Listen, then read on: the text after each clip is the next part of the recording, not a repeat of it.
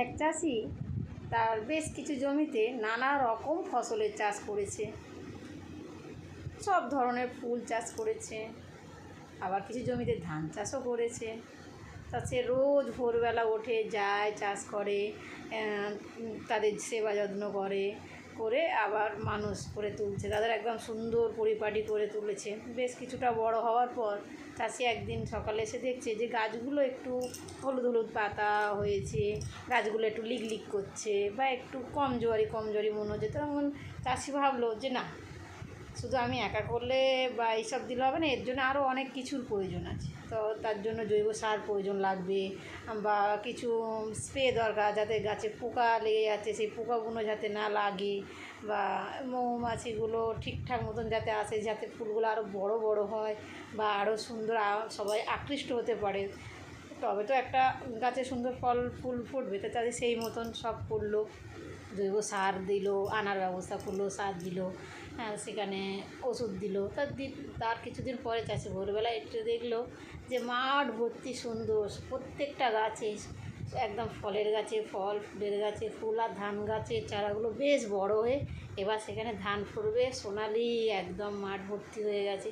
তো চাষি খুব খুশি হয়ে গেল, দেখে খুব আনন্দও পেল যে না, তার জীবনে কিছু সফল হয়েছে। তো আজকের আমি এই গল্পটার মধ্যে কেন বলছি, আজকের হচ্ছে টিচার ডে স্পেশাল। তা এই চাষি আর গাছের মধ্যে আমি কি গল্প করলাম, যে চাষি, গাছ আর সার। তো এই চাষিটা হচ্ছে আমাদের বাবা মা, আর এই গাছপালাগুলো হলাম আমরা, তার সন্তান। আর ওই যে সার, ওই যে আরও সুন্দর সার দেওয়া, জৈব পদার্থ, ওইগুলো কারা হচ্ছে, যেমন ওই আমাদের টিচার। হয়তো খারাপ লাগে, তো সার দিচ্ছে ওই আমাদের টিচার। বাবা মা সন্তানকে জন্ম দেওয়ার পর তাকে তো প্রথম শিক্ষাদান দেয় তার বাড়িতে, তার পরিবার, তার মা, তার বাবা তাকে শিক্ষাদান দেয়। কিন্তু সে যখন বড় হয়, আরও উচ্চ শিক্ষায় যখন তার প্রয়োজন হয়, তখন কিন্তু আমরা গুরু দিয়ে পাঠাই। সেই গুরুটাই হচ্ছে, বা সেই যে সার বললাম, জৈব সার, কীটনাশক, সেইগুলো হচ্ছে আমাদের টিচার, যারা কিনা সেই সন্তানদের কি করে, তাদের ভিতরে যেটুকুনি খারাপ থাকে, যতটা তাদের প্রয়োজন শিক্ষার, যতটা তাদের যাতে সমাজে চলতে পারে, সেই শিক্ষাকে দান কিন্তু সে শুধু সেই গুরুর কাছ থেকেই পায়।